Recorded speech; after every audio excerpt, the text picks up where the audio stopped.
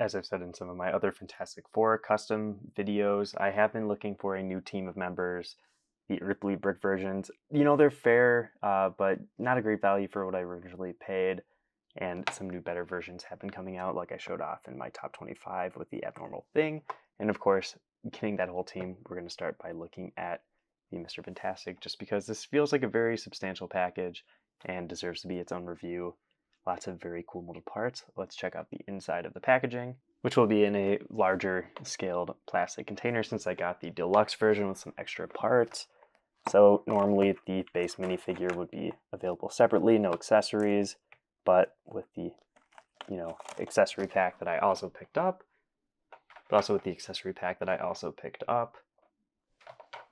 you're going to have two stretchy arms in different positions, larger hands that will peg into those, as well as a mid-torso that will emulate his stretching too. No special cards for any of these figures, which is a bit strange for most customs, but let's go into the minifigure. Starting with just the base read, I just have to give a lot of props to Abnormal for making these minifigures very affordable, to be honest, where I think each of these hovered like $30-ish for, wraparound arms, wraparound head with the black sort of neckband there, and even 360 legs where there is a black, simulating dual mold effect all the way around the legs for boots.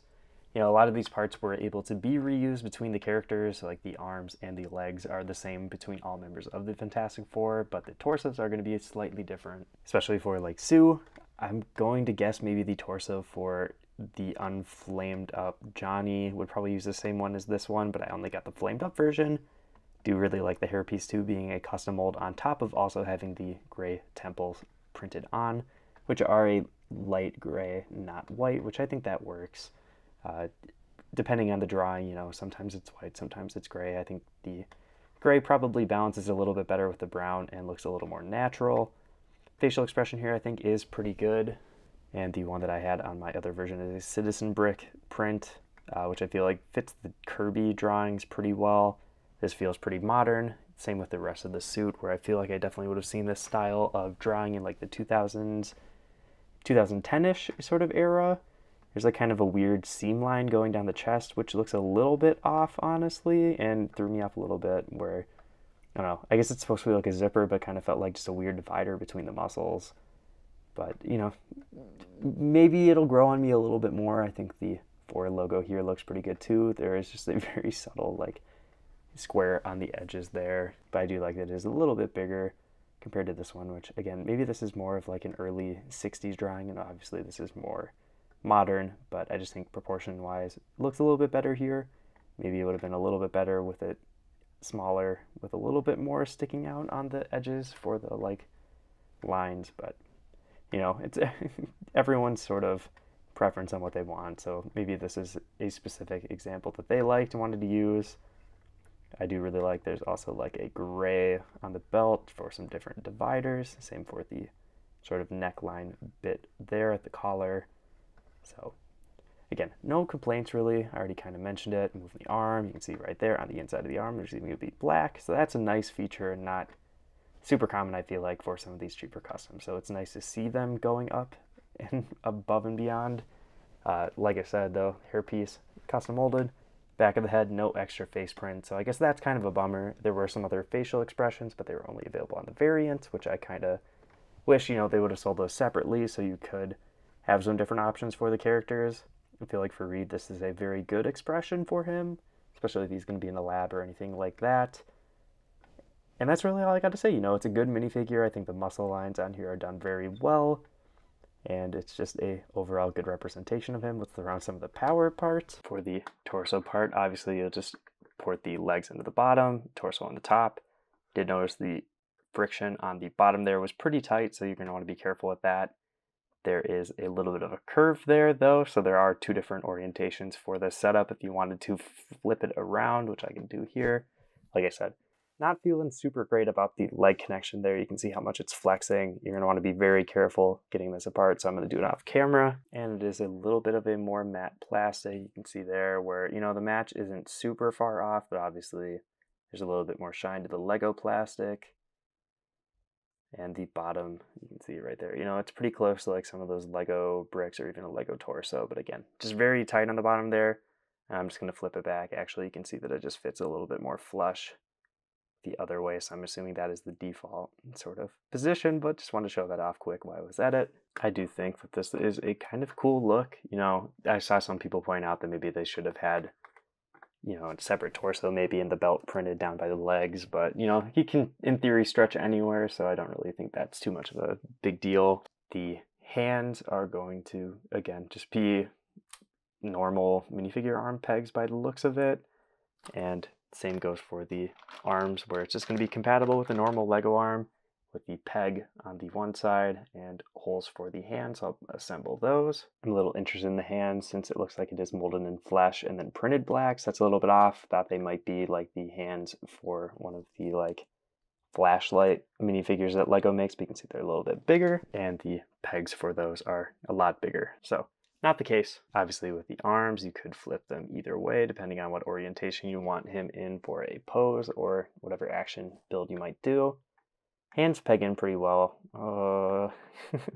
Arms take a little bit of work, so that didn't feel super great, but looks good. And again, just getting it to the other side. Hopefully this one goes in a little bit easier and not putting stress on these torsos.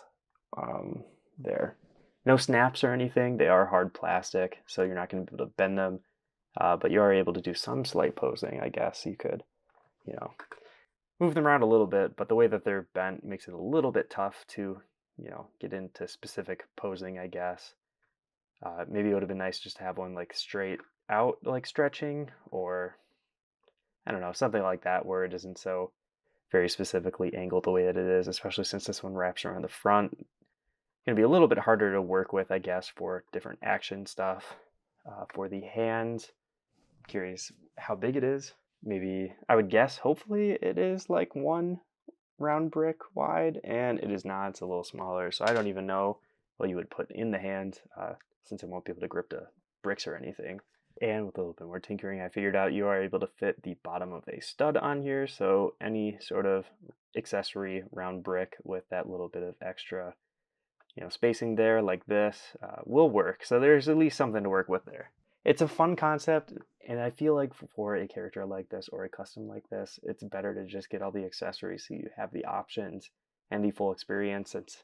I don't think it was a huge markup even. It might have been like $15 maybe for the arms in the middle part there, maybe 20. So, it's still interesting. I'll definitely do a Fantastic Four battle build at some point when I come up with a good idea for it. So, kind of nice to have the full package here. Like I said, though, the bottom of the torso is a little bit tight, and getting those arms on felt, a little bit stressful, where it feels like it's a little bit too wide, not going in there very well. There's no snap to like make it feel like it actually did fit in. So while you're using this, like always, just be careful. That being said, though, let's go to some comparisons and the final thing. Looking at this figure and kind of previewing the other ones still in their packaging, this is going to make it very tough to choose a favorite Fantastic Four after I get the Atlas minifigures. I think Abnormal did a really great job here, especially with the added accessories that you could add on to this. And honestly, having them now would be kind of nice to get like black pieces for the maker that I already have. And like I said, we'll be looking at all the other characters from the team as well as Herbie. Very excited to kind of crack all those open. Guess some complaints here are that the arms are completely stiff. Maybe it would have been nice to have like an extra joint or something in the middle of the arm so they could at least swivel in some way. No other accessories as well is kind of a bummer, so no ultimate nullifier or anything like that. But the one I already have there with the Earthly Brick one was a Bob's Customs like 3D print or something, so it's not like that came with the original either. Facial design, perfect. Hair, perfect. And honestly, other than like the weird seam line, which I brought up in the main review, I have no complaints about this. It is perfectly simple as it should be. I do really like the wrapped around glove top.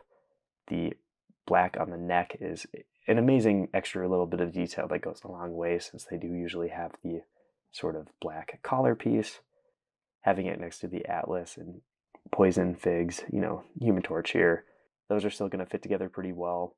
And this is kind of pointing out to me that even though it has like the lighter band, like it's going to be the blue and white version of the suits, I do think it is still a pretty good looking figure next to the black. And like I said, when he's flamed up, I guess it could just be that the colors get inverted in some way because of the heat, and I think it's going to still look good when I get the rest of those figures in. And it's just kind of that tough balance where you go over detailed like the Mr. J version here. I don't know if it always works, and I definitely am glad that they didn't go super detailed on the minifigures here. They did went a little above and beyond on like the Doctor Doom they did with extra molds and all that, but the simplicity here is definitely key. And they also are making a wizard figure, so I'm picking that one up to add to my Frightful 4 display, hopefully. I'll just have to track down a Trapster Spot Pete type minifigure. I know there's a Fishhole one, but maybe someone will make a better custom to kind of wrap up that, and I'll just use whatever Sandman I have. I'm getting really happy with my Fantastic Four collection, especially like I said, I'm going to be getting a Wizard figure, which is one of their bigger bad guys. I got my Inhumans, Doctor Doom, obviously, which I'm also getting a new custom of from Atlas, which I'm very excited about, and also just whatever other characters I've had. I definitely think all of these needed upgrades, and I think Abnormal is going to be giving me what I'm looking for. Like I said, though, I'm going to have to review the rest of the minifigures and kind of compare them, but definitely think that this Mr. Fantastic's the favorite one I have in hand right now. If you want to see more custom LEGO Fantastic Four or custom LEGO Marvel videos overall, check out all the content on my channel. If you want to help out even further, feel free to join as a member for some extra perks. Like always, I've been Brooke Radiap, and I'll see you in the next video.